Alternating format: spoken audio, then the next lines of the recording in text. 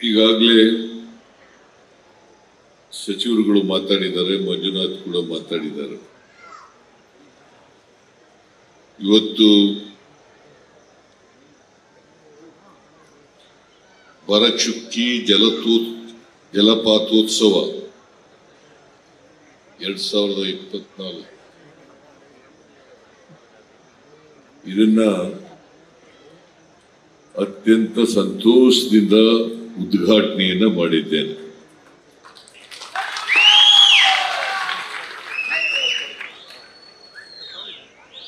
ನಾನು ಮುಖ್ಯಮಂತ್ರಿಯಾಗಿ ಈ ಜಲಪಾತೋತ್ಸವಕ್ಕೆ ಮೊದಲನೇ ಬಾರಿ ಬರ್ತಾ ಇರೋದು. ಹಿಂದೆ ನಾನು ಪ್ರೈಮರಿ ಸ್ಕೂಲ್ನಲ್ಲಿ ಓದುವಾಗ ಬರಚುಕ್ಕಿ ಗಗನಚುಕ್ಕಿಗೆ ಬಂದಿದ್ದೇನೆ. ಅದಾದ್ಮೇಲೆ ಇಲ್ಲಿ ಬರ್ತಕ್ಕಂಥ ಸನ್ನಿವೇಶರು ಕೂಡ ಒದಗಿ ಬರಲಿಲ್ಲ, ಅವಕಾಶನೂ ಕೂಡ ಒದಗಿ ಬರಲಿಲ್ಲ. ವೆಂಕಟೇಶ್ ಅವರು ಈ ಸಾರಿ ಜಲಪಥೋತ್ಸವಕ್ಕೆ ಬರಲೇಬೇಕು ಅಂತ ಹೇಳಿ ನನಗೆ ಒತ್ತಾಯವನ್ನು ಮಾಡಿದ್ರು. ನಾನು ಹೇಗೂ ಚಾಮರಾಜನಗರಕ್ಕೆ ಬರ್ತಾ ಇದ್ದೀನಿ.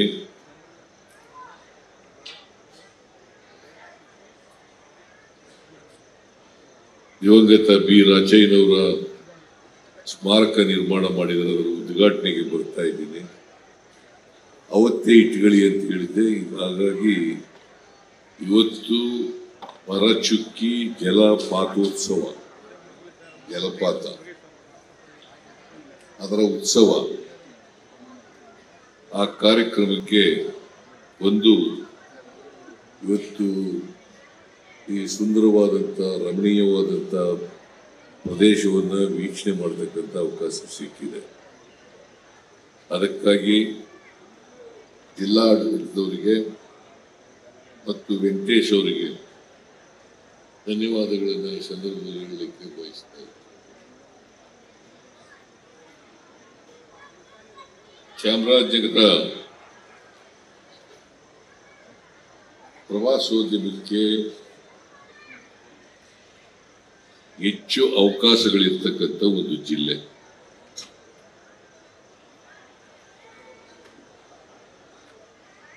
ಇದು ಒಂದು ರಮಣೀಯವಾದಂಥ ಜಿಲ್ಲೆ. ಪ್ರಕೃತಿ ಸೌಂದರ್ಯವನ್ನ ಇಲ್ಲಿ ನೋಡಲಿಕ್ಕೆ, ಆಹ್ಲಾದಕರಿಸಲಿಕ್ಕೆ ಬಹಳ ಉತ್ತಮವಾದಂಥ ಒಂದು ಜಿಲ್ಲೆ. ಆದರೆ ಆರ್ಥಿಕವಾಗಿ, ಸಾಮಾಜಿಕವಾಗಿ ಹಿಂದುಳಿದಿರ್ತಕ್ಕಂಥದ್ದು.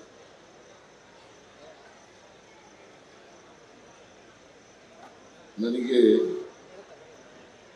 ಚಾಮರಾಜನಗರ ಜಿಲ್ಲೆ ಉದಯ ಆದಾಗ, ಯಾಕಂದ್ರೆ ಇದು ಮೊದಲು ಮೈಸೂರು ಜಿಲ್ಲೆಗೆ ಸೇರಿತ್ತು. ಆಮೇಲೆ 2017ರಲ್ಲಿ JH ಪಟೇಲ್ರು ಮುಖ್ಯಮಂತ್ರಿಯಾಗಿರುವಾಗ, ನಾನು ಉಪಮುಖ್ಯಮಂತ್ರಿಯಾಗಿರುವಾಗ ಈ ಜಿಲ್ಲೆ ಆಯಿತು. ನಾನು ದಿವಂಗತ ಬಿ ರಾಚಯ್ಯನವರು ನಾನು ಕೂಡ 2017ರಲ್ಲಿ ಈ ಜಿಲ್ಲೆಯನ್ನ 1997ರಲ್ಲಿ JH ಪಟೇಲ್ ಮುಖ್ಯಮಂತ್ರಿಯಾಗಿರ್ತಕ್ಕಂಥ ಸಂದರ್ಭದಲ್ಲಿ ಈ ಜಿಲ್ಲೆ ಉದ್ಘಾಟನೆಯನ್ನು ಮಾಡಿದೆ. ಆಗ ಪ್ರತ್ಯೇಕ ಜಿಲ್ಲೆ ಆಯಿತು. ಈ ಜಿಲ್ಲೆಗೆ ಬಂದ್ರೆ ಅಧಿಕಾರ ಹೋಗ್ತದೆ ಅಂತೇಳಿ ಆ ಮೌಢ್ಯವನ್ನು ಬಿತ್ತಿದ್ರು, ಇಲ್ಲಿ ಕಂದಾಚಾರವನ್ನು ಬಿತ್ತಿದ್ರು. ನಾನು ಈ ಜಿಲ್ಲೆಗೆ ಹೋದ್ರೆ ಅಧಿಕಾರ ಹೋಗ್ತದೆ ಅಂತ ಹೇಳಿದ್ರಲ್ಲ, ನಾನು 2013ರಿಂದ 2018ರವರೆಗೆ 10 ಬಾರಿಗೂ ಹೆಚ್ಚು ಸಾರಿ ಚಾಮರಾಜನಗರದಲ್ಲಿ ಈ ದಿವಸ 3ನೇನೋ 4ನೇ ಆಗಿಲ್ಲ. ಈ ಜಿಲ್ಲೆ 5ನೇ ಸಾರಿ ಬರ್ತಾ ಇದ್ದೀರಿ ಈ ಜಿಲ್ಲೆಗೆ. ನನಗೆ ಈ ಜಿಲ್ಲೆಗೆ ಬಂದಾಗೆಲ್ಲ ನನ್ನ ಕುರ್ಚಿ ಗಟ್ಟಿಯಾಗ್ತದೆ.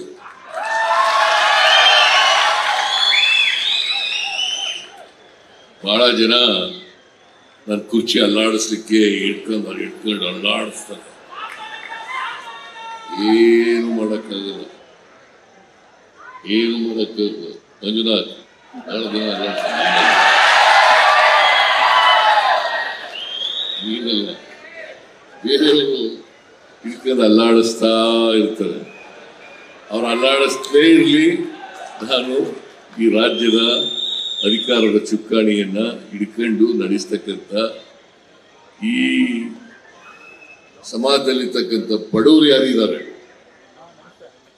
ದಲಿತರು ಯಾರಿದ್ದಾರೆ, ಅಲ್ಪಸಂಖ್ಯಾತರು ಯಾರಿದ್ದಾರೆ, ಹಿಂದುಳಿದವರು ಯಾರಿದ್ದಾರೆ, ರೈತರು ಯಾರಿದ್ದಾರೆ, ಮಹಿಳೆಯರು ಯಾರಿದ್ದಾರೆ, ಅವ್ರ ಪರವಾಗಿ ಕೆಲಸ ಮಾಡ್ತೇನೆ.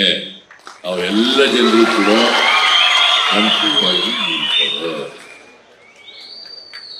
ಇವತ್ತು ಹೊಸ ಪ್ರವಾಸೋದ್ಯಮ ನೀತಿ ಅಂತ ಇಡೀ ಚಾಮರಾಜನಗರ ಜಿಲ್ಲೆ ಪ್ರವಾಸೋದ್ಯಮ ಜಿಲ್ಲೆ, ಇಡೀ ಚಾಮರಾಜನಗರ ಜಿಲ್ಲೆ ಪ್ರವಾಸೋದ್ಯಮ ಜಿಲ್ಲೆ. ಅದಕ್ಕೆ ಇವತ್ತು ಪ್ರವಾಸೋದ್ಯಮ ಮಂತ್ರಿಗಳು ಕೂಡ ಬಂದಿದ್ದಾರೆ. ನಾನು ಎಲ್ಲ ರೀತಿಯ ಸಹಕಾರವನ್ನ ಕೊಡ್ತೇನೆ. ಹಣ ಬೇಕಾದ್ರೆ ಹಣ ಒದಗಿಸ್ಕೊಡ್ತೇನೆ, ಹೊಸ ನೀತಿ ಬೇಕಾದ್ರೆ ಹೊಸ ನೀತಿ ಮಾಡಿಕೊಳ್ಳೋಣ. ಚಾಮರಾಜನಗರ ಜಿಲ್ಲೆವನ್ನ ಬರೀ ಚಾಮರಾಜನಗರ ಜಿಲ್ಲೆ ಒಂದೇ ಅಲ್ಲ, ಎಲ್ಲೆಲ್ಲಿ ಮಂಗಳೂರು, ಉಡುಪಿ, ಉತ್ತರ ಕನ್ನಡ ಜಿಲ್ಲೆ, ಶಿವಮೊಗ್ಗ ಜಿಲ್ಲೆ, ಬೆಳಗಾಂ ಜಿಲ್ಲೆ, ಎಲ್ಲ ಮೈಸೂರು ಜಿಲ್ಲೆ, ಎಲ್ಲ ಜಿಲ್ಲೆಗಳನ್ನು ಕೂಡ ಪ್ರವಾಸೋದ್ಯಮ ಬೆಳವಣಿಗೆ ಮಾಡಲಿಕ್ಕೆ ನಮ್ಮ ಸರ್ಕಾರ ಬದ್ಧವಾಗಿದೆ ಅಂತಕ್ಕಂಥ ಮಾತುಗಳನ್ನ ಈ ಸಂದರ್ಭದಲ್ಲಿ ಹೇಳಲಿಕ್ಕೆ ಬಯಸ್ತೇನೆ. ನಾನು ಎಚ್ ಕೆ ಪಾಟೀಲ್ ಹೇಳಿದ್ದೇನೆ, ಈಗಲೇ 20ರಿಂದ 25ರವರೆಗೆ ಒಂದು ನೀತಿ ಇದೆ. ಅದಕ್ಕಿಂತ ಮುಂಚಿತವಾಗಿ ಒಂದು ನೀತಿ ಮಾಡೋದಾದ್ರೆ, ಅಭಿವೃದ್ಧಿಪಡಿಸ್ತಕ್ಕಂಥ ಒಂದು ನೀತಿ ಮಾಡೋದಾದ್ರೆ ಅಂತ ಒಂದು ನೀತಿಯನ್ನ ಮಾಡಿ ಅಂತಕ್ಕಂಥ ಮಾತುಗಳನ್ನು ಹೇಳಲಿಕ್ಕೆ ಬಯಸ್ತೇನೆ. ಈ ಸಾರಿ ಮಳೆ ಚೆನ್ನಾಗಿದೆ. ಅದಕ್ಕೂ ಬಹಳ ಜನ ಹೇಳಿದ್ರು ಸಿದ್ದರಾಮಯ್ಯ ಕಾಲ್ಗುಣ ಚೆನ್ನಾಗಿಲ್ಲ. ಮೌಢ್ಯಗಳು, ಸಿದ್ದರಾಮಯ್ಯನ ಕಾಲ್ಗುಣ ಚೆನ್ನಾಗಿಲ್ಲ, ಅದಕ್ಕೆ ಮಳೆ ಬರಲಿಲ್ಲ. ಪ್ರಕೃತಿ ವಿಕೋಪದಿಂದ ಮಳೆ ಬರೋದು ಬರದೇ ಇರ್ತಕ್ಕಂಥದ್ದು ಆಗುತ್ತೆ. ಪ್ರಕೃತಿ ವಿಕೋಪದಿಂದ ಮಳೆ ಬರ್ತದೆ, ಬರಲ್ಲ. ಸಾಮಾನ್ಯವಾಗಿ 4 ವರ್ಷಕ್ಕೊಮ್ಮೆ 5 ವರ್ಷಕ್ಕೊಮ್ಮೆ ಕರ್ನಾಟಕದಲ್ಲಿ ಬರ ಬರ್ತಕ್ಕಂಥದ್ದನ್ನು ನಾವು ನೋಡ್ತೀವಿ. ಹಿಂದೇನು ಕೂಡ ಬಂದಿದೆ ಬರಗಾಲ, ಕಳೆದ ವರ್ಷನೂ ಕೂಡ ಬರಗಾಲ ಇತ್ತು. ಆದ್ರೆ ಈ ವರ್ಷ ನಮ್ಮ ಈ ವಾಡಿಕೆ ಮಳೆಗಿಂತ ಹೆಚ್ಚು ಮಳೆ ಬಿದ್ದುಬಿಟ್ಟದೆ.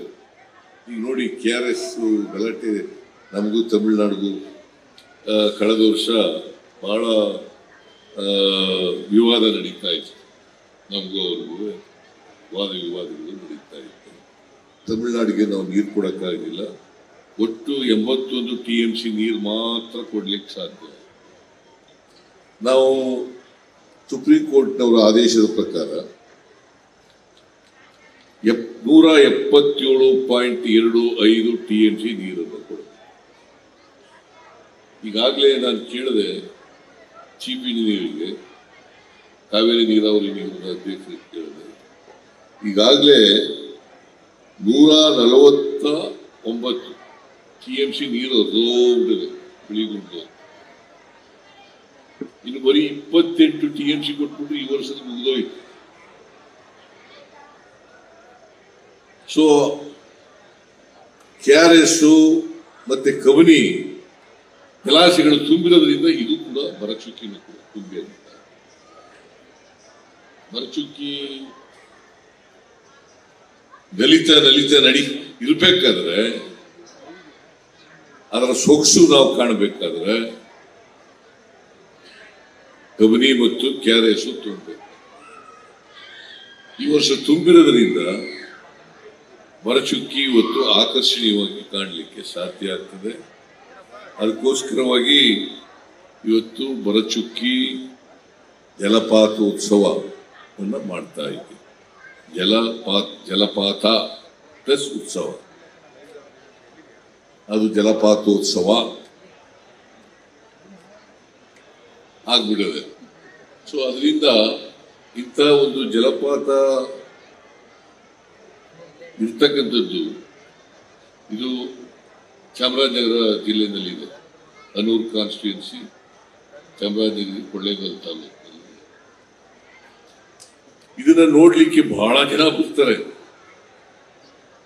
ಈಗಾಗಲೇ ನಾವು ಜಲಪಾತ ಸಂದರ್ಭದಲ್ಲಿ 5 ಕೋಟಿ ರೂಪಾಯಿಗಳನ್ನ ಖರ್ಚು ಮಾಡಿ ಅನೇಕ ಅಭಿವೃದ್ಧಿ ಕೆಲಸಗಳನ್ನು ಮಾಡಿದ್ದೀವಿ. ಇನ್ನೂ 2.5 ಕೋಟಿ ರೂಪಾಯಿ ಬೇಕು ಅಂತ ಹೇಳ್ತಾರೆ.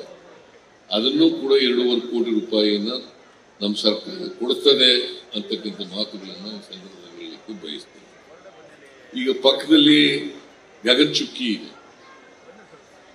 ಪಕ್ಕದಲ್ಲಿ ಗಗನಚುಕ್ಕಿ, ಅದೇ ಮಳವಳ್ಳಿ ತಾಲೂಕು, ಮಂಡ್ಯ ಜಿಲ್ಲೆ. ಇವೆರಡಕ್ಕೂ ಒಂದು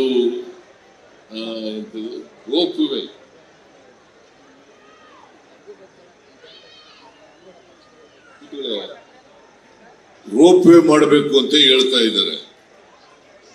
ಆ ರೋಪ್ ವೇ ಮಾಡಲಿಕ್ಕೆ ನಾವು ಪರಿಶೀಲನೆ ಮಾಡಿ ಅದು PPP ಮಾಡಬೇಕಾ ಇಲ್ಲ ಸರ್ಕಾರದಿಂದ ಮಾಡಬೇಕಾ ಅಂತಕ್ಕಂಥದ್ದನ್ನು ಕೂಡ ಕೂಡಲೇ ತೀರ್ಮಾನವನ್ನ ತಗೊಳ್ತೇವೆ ಅಂತಕ್ಕಂಥ ಮಾತುಗಳನ್ನ ಹೇಳಲಿಕ್ಕೆ ಬಯಸ್ತಾ ಇದ್ದೇವೆ.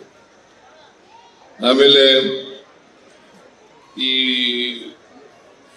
ಹಿಮವದ್ ಗೋಪಾಲಸ್ವಾಮಿ ದೇವಸ್ಥಾನದ ಬಳಿ ಮೂಲಭೂತ ಸೌಕರ್ಯಗಳನ್ನು ಮಾಡಬೇಕು ಅಂತ ಹೇಳಿದ್ದಾರೆ. ಅದನ್ನು ಮಾಡಿಕೊಳ್ಳೋಣ. ಬಿಳಿಗಿರಿ ರಂಗನ ಬೆಟ್ಟ, ಬಿಳಿಗಿರಿ ರಂಗನಾಥ ಸ್ವಾಮಿ ದೇವಾಲಯದ ಸಂಪೂರ್ಣ ಅಭಿವೃದ್ಧಿಗಾಗಿ 10 ಕೋಟಿ ರೂಪಾಯಿಗಳ ಅನುದಾನದಲ್ಲಿ DPR ಸಿದ್ಧಪಡಿಸಲಾಗ್ತಾ ಇದೆ ಅಂತ ಹೇಳ್ತಾ ಇದ್ದಾರೆ. ಅದನ್ನು ಮಾಡೋಣ. ಆಮೇಲೆ ಪ್ರವಾಸಿಗರನ್ನು ಜಿಲ್ಲೆಗೆ ಹೆಚ್ಚಾಗಿ ಸೆಳೆಯಲು ಹುಲಿ ಪ್ರವಾಸೋದ್ಯಮದ ಜೊತೆಗೆ ಸರ್ಕ್ಯೂಟ್ಗಳನ್ನು ಅಭಿವೃದ್ಧಿಪಡಿಸಲಾಗುವುದು ಅಂತ ಹೇಳ್ತಾ ಇದ್ದಾರೆ. ಅದನ್ನು ಕೂಡ ಮಾಡ್ತಾ ಇದ್ದೇನೆ. ಗಗನಚುಕ್ಕಿ ಬಳಿ ರೋಪ್ ವೇ ಬ್ರಿಡ್ಜ್ ನಿರ್ಮಿಸಲು ಕ್ರಮ ಕೈಗೊಳ್ಳಲಾಗುವುದು ಅಂತ ಹೇಳ್ತಾ ಇದ್ದಾರೆ. ಅದನ್ನು ಮಾಡೋಣ. ಯಾಕಂತಂದ್ರೆ ಇಲ್ಲಿಗ ಬರಚುಕ್ಕಿ ಬಂದವರು ಗಗನಚುಕ್ಕಿಗೆ ಹೋಗಕ್ಕೆ ಅನುಕೂಲ. ಆ ಕಾರಣದಿಂದ ಪಕ್ಕದಲ್ಲೇ ಇರೋದ್ರಿಂದ ಅದು ಬೇರೆ ಬೇರೆ ಜಿಲ್ಲೆಗಳು, ಚಾಮರಾಜನಗರ ಜಿಲ್ಲೆ, ಮಂಡ್ಯ ಜಿಲ್ಲೆ, ಆದರೂ ಕೂಡ ರೋಪ್ ವೇ ಮಾಡಲಿಕ್ಕೆ ಯಾವುದೇ ತೊಂದರೆ ಇಲ್ಲ ಅಂತಕ್ಕಂಥ ಮಾತುಗಳನ್ನ ಹೇಳಲಿಕ್ಕೆ ಬಯಸ್ತಾ ಇದ್ದೀನಿ.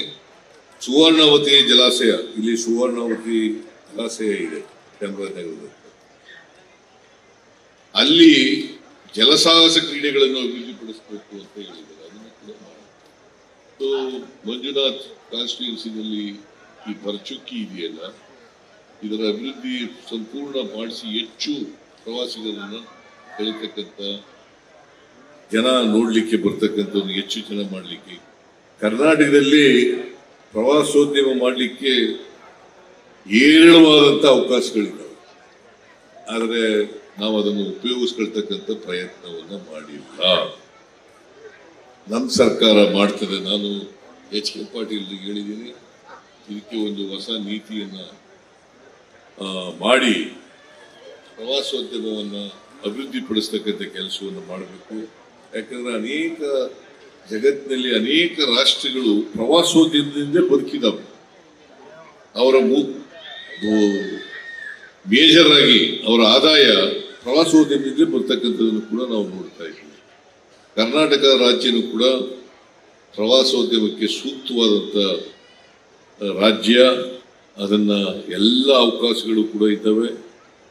ಜನರನ್ನ ಆಕರ್ಷಣೆ ಮಾಡಲಿಕ್ಕೆ, ಪ್ರವಾಸೋದ್ಯಮವನ್ನು ಬೆಳೆಸಲಿಕ್ಕೆ ಎಲ್ಲ ಪ್ರಯತ್ನಗಳನ್ನು ಕೂಡ ನಮ್ಮ ಸರ್ಕಾರ ಮಾಡ್ತದೆ ಅಂತಕ್ಕಂಥ ಮಾತುಗಳನ್ನು ಹೇಳಿ ನಾನು ಮತ್ತೊಮ್ಮೆ ಬರಚುಕ್ಕಿ ಜಲಪಾತೋತ್ಸವ 2024 ಅತ್ಯಂತ ಸಂತೋಷದಿಂದ